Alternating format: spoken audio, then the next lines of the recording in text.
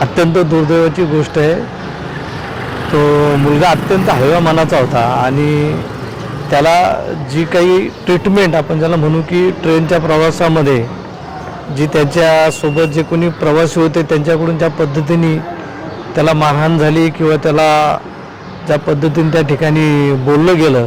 तो दबाव तो मुलगा सहन करू शकला नाही आणि त्यानंतर त्याने त्याच्या वडिलांशी पण बोलला, परंतु त्याचं मन एवढं हळवं होतं की तो या दबाव सहन न करू शकल्यामुळे त्यांनी अशा पद्धतीचा दुर्दैवी निर्णय घेतला।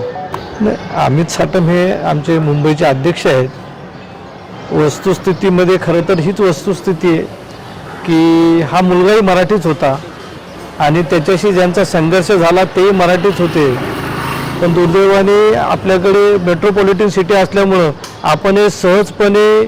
कोणी आपल्याशी जर काही अनोळखी व्यक्ती भेटला तर आपण हिंदीमध्ये बोलण्याचा प्रयत्न करतो किंवा आपण सहज कोणाला म्हणतो की प्लीज एखादी गोष्ट करा, म्हणजे इंग्रजीचा वापर करतो। हिंदी, इंग्रजी, इतर सर्व भाषा या आजकाल मुंबईसारख्या या जागतिक दर्जाच्या शहरामध्ये नेहमीच्या झालेल्या आहेत, परंतु यामध्ये जर भाषिक वाद जर झाला तर अशा पद्धतीच्या दुर्दैवी घटना घडतात आणि त्यामुळे कदाचित त्यांनी ट्विट केला असेल, मला निश्चितपणे सांगता येणार नाही, परंतु आपल्याला हे अशा पद्धतीचा भाषिक वाद हा महाराष्ट्राला परवडणारा नाही।